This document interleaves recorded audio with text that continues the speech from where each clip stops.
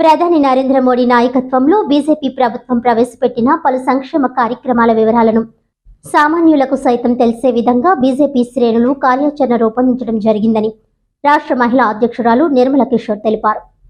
కాకినాడ జిల్లా మహిళా మోర్చా అధ్యక్షురాలు మేడా విజయలక్ష్మి ఆధ్వర్యంలో శక్తివందన్ కార్యక్రమం కాకినాడ జిల్లా పార్టీ కార్యాలయంలో నిర్వహించడం జరిగింది. ఈ కార్యక్రమానికి ముఖ్య అతిథిగా రాష్ట్ర మహిళా అధ్యక్షురాలు నిర్మలా కిషోర్ పాల్గొన్నారు.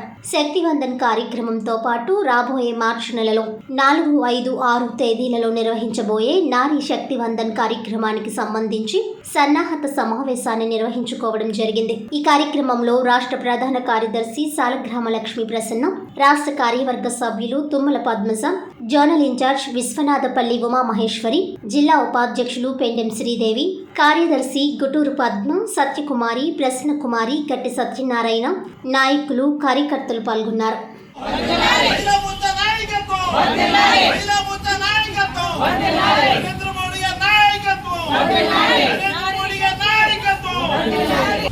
ఈరోజు కాకినాడ జిల్లా కాకినాడ పట్టణంలో మహిళా మోర్చా జిల్లా అధ్యక్షురాలు విజయలక్ష్మి గారు, అదేవిధంగా రాష్ట్ర ప్రధాన కార్యదర్శి సాలిగ్రామ లక్ష్మీ ప్రసన్న గారి ఆధ్వర్యంలో కార్యక్రమాన్ని ఏర్పాటు చేసుకోవడం జరిగింది. మహిళా మోర్చా జిల్లా అంటే రాబోయే 4, 5 తారీఖుల్లో నారీ శక్తి వందన్ పేరుతో దేశవ్యాప్తంగా జరుగుతున్న ర్యాలీలు కానీ అంటే మారథాన్ కానీ వాక్థాన్ కానీ అదేవిధంగా బైక్ ర్యాలీలు కానీ నిర్వహించుకోవాలని జాతీయ మహిళా మోర్చా పిలుపు మేరకు రాష్ట్ర అధ్యక్షురాలు శ్రీమతి దగ్గుపాటి పురంధరేశ్వరి గారి ఆదేశాలతో ఈ మహిళా మోర్చా ఈ కార్యక్రమాన్ని నిర్వహించుకోవడం జరుగుతుంది.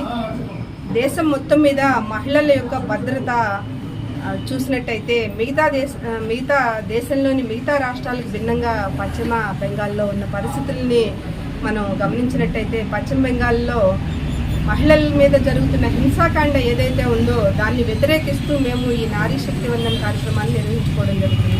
అక్కడ తృణమూల్ కాంగ్రెస్కు సంబంధించిన ఎమ్మెల్యేలు కొంతమంది కొన్ని నిమ్న వర్గాలకు చెందిన మహిళల్ని తీసుకెళ్ళిపోయి వారిని కొన్ని రోజులు వాళ్ళ ఇళ్లలో ఉంచుకుని తర్వాత తీసుకొచ్చి కొన్ని సందర్భాల్లో హత్యలు జరుగుతున్న సందర్భాన్ని వ్యతిరేకిస్తూ ఈ నారీ శక్తి వందన్ పేరుతో దేశవ్యాప్తంగా మండల స్థాయిలో వాక్థాన్ కానీ మారథాన్ కానీ లేదా ర్యాలీలు కానీ నిర్వహించుకోవడం జరుగుతుంది.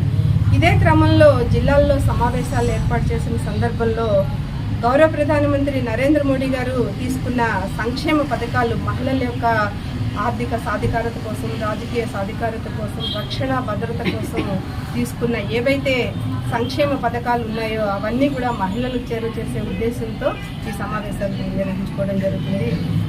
ఈరోజు ఇక్కడ డ్వాక్రా సంఘాలతో కలిపి మనం సమావేశాన్ని ఏర్పాటు చేసుకోవడం జరిగింది. అంటే మహిళ చైతన్యవంతురాలైతే సమాజం చైతన్యవంతం అవుతుంది.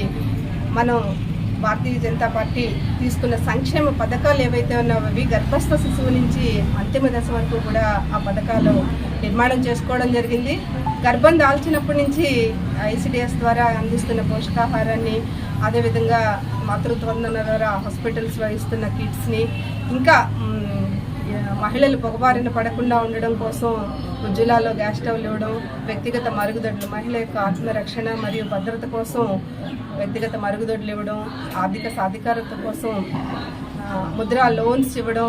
ఈ మధ్యకాలంలో మనం విశ్వకర్మ యోజనని కూడా మనం చూడడం జరిగింది. విశ్వకర్మ యోజన అంటే అంతరించిపోతున్న చేతి వృత్తుల్ని తీసుకుని వాటికి సంబంధించి వారికి ఒక 7 రోజులు ట్రైనింగ్ ఇవ్వడం, తర్వాత సర్టిఫికేట్ ఇవ్వడం, ఈ ట్రైనింగ్ పీరియడ్లో 500 రూపాయలు స్టైపెండ్ ఇవ్వడం, ఆ ట్రైనింగ్ పీరియడ్ ముగిసిన వెంటనే వారికి 15,000 రూపాయలు విలువ చేసే వాటిని తీసుకున్న ట్రైనింగ్కి సంబంధించిన కిట్ ఇవ్వడము, సర్టిఫికేట్ ఇవ్వడము, తరువాత 1,00,000 నుంచి 3 లక్షల వరకు 5% వడ్డీతో రుణాలు ఇవ్వడము.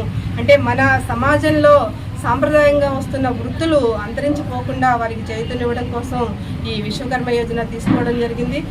మహిళల కోసం తీసుకున్న పథకాలే కాకుండా మనం దశాబ్దాల పోరాట ఫలితంగా ఈరోజు భవ్యమైన దివ్యమైన రామమందిర నిర్మాణాన్ని ఆవిష్కరించిన గౌరవ ప్రధానమంత్రి నరేంద్ర మోడీ గారికి ధన్యవాదాలు తెలియజేస్తూ, ఈ సమాజంలో అభివృద్ధి, మౌలిక వసతులు ఒకే స్థాయిలో జరిగినట్టయితే సమాజం ఏ విధంగా అభివృద్ధి చెందుతుంది అన్నదానికి గౌరవ ప్రధానమంత్రి నరేంద్ర మోడీ యొక్క పరిపాలనే నిదర్శనంగా చెప్తూ ధన్యవాదాలు.